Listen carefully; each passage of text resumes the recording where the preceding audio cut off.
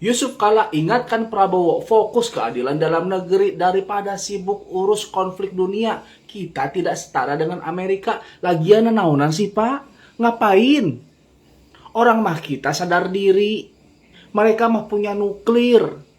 Orang mah kita baru punya mobil ompreng, baru punya mobil pick up kopdes merah putih. Sosokan ngapain?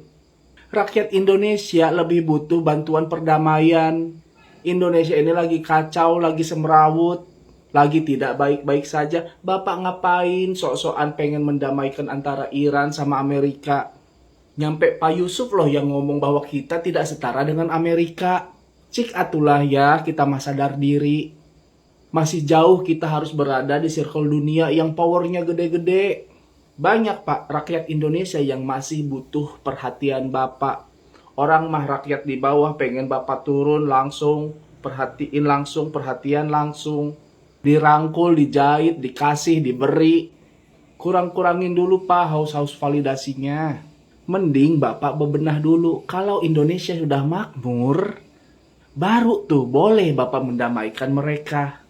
Ya, paham ya pak ya?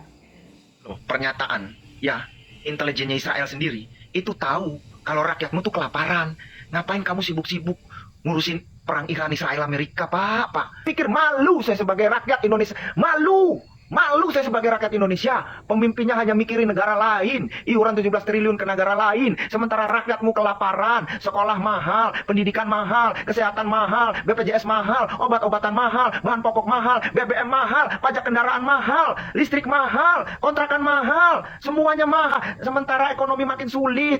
UMKM makin terpuruk. Ekonomi sulit. Daya beli masyarakat menurun. Cari uang susah. Rakyatmu lapar. Lapar ini rakyatmu lapar. Pikirin rakyatmu lapar. Kelaparan, buat bayar sekolah aja nggak mampu. Sampai ada anak yang di timur Indonesia harus mengakhiri hidupnya anak SD karena nggak mampu beli buku 10.000.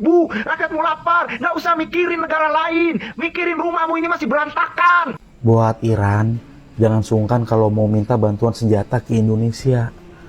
Kami punya robot anjing 3 miliar loh.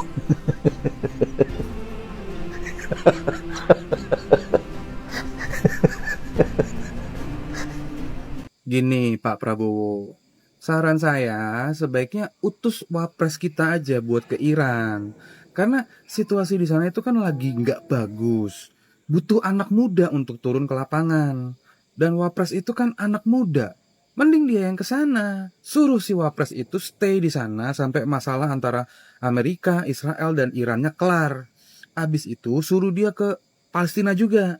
Jangan diizinin pulang sebelum masalahnya kelar. Nah, terus kalau ada rudal, suruh si wapres untuk mengorbankan diri di barisan yang syahid. Dan akan kita kenang sebagai pahlawan perdamaian. Jadi, better Bapak fokus aja ke masalah dalam negeri. Karena masalah di sini tuh cukup banyak, Pak. Oke? Gitu aja, Pak. Dan sehat-sehat terus ya, Pak Prabowo.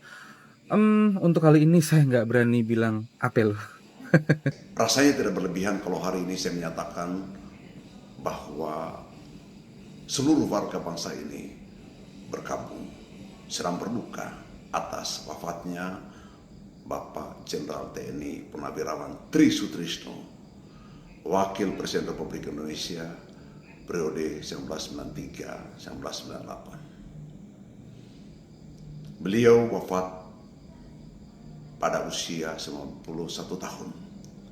Usia jauh di atas rata-rata harapan hidup orang Indonesia. Bagi saya,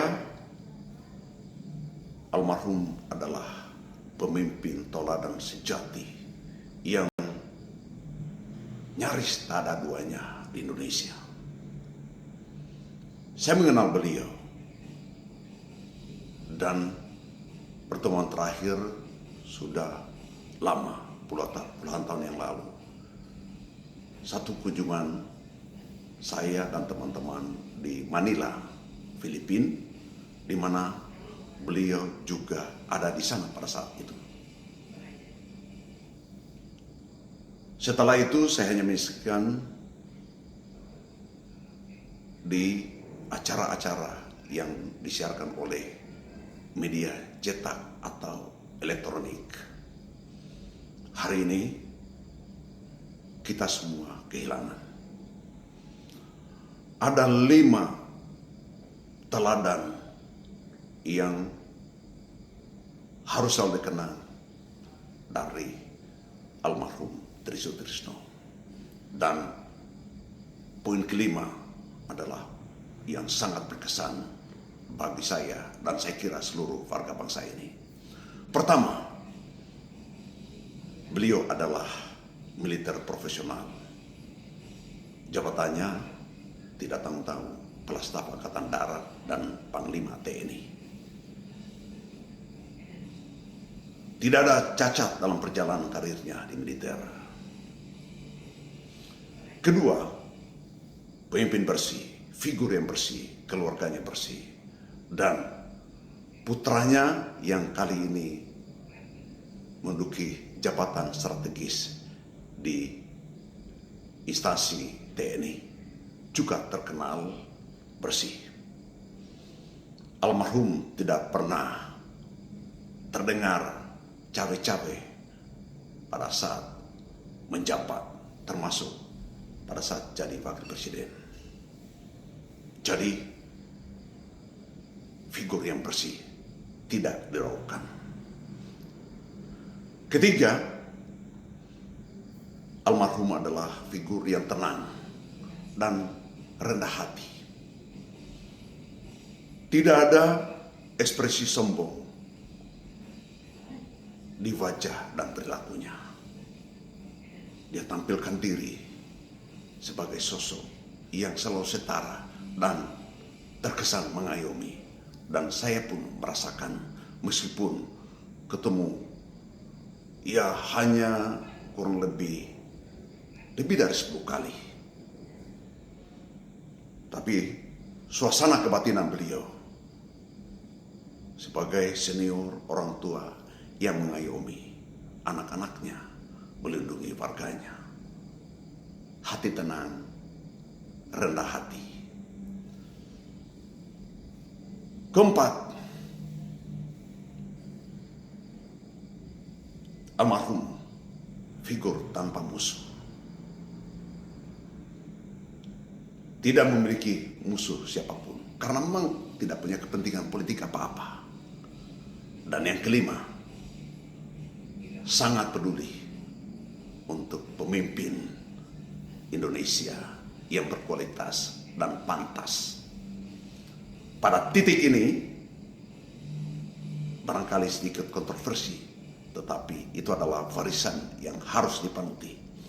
Ketika almarhum bersama gerbong purnawirawan lainnya menyatakan ingin menjadikan Pak Pres Gibran dimasukkan, beliau tidak segan, tidak gentar, karena itu yang sebagai satu kebenaran. Itulah teladan dari